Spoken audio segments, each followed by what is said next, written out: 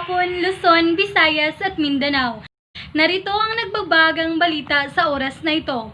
Team Dubai pinataob ang Team Uyay.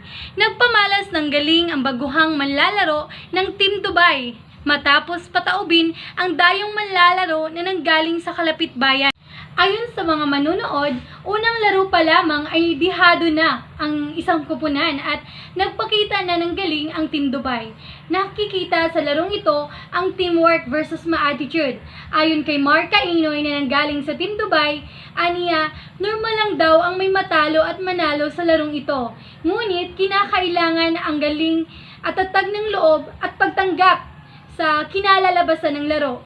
Pagkatapos magyaya ng rematch ang Team Uyay dahil nga sa hindi pagtanggap ng score na 50 versus 100 at hindi naman ito pinayagan ni Coach Plaza dahil nga sa wala ito sa usapan at kinakailangan ng players ng pahinga dahil sa hindi inaasahang injury. Mary Desar Cosmiano Panit, Nakatotok, Dubai News.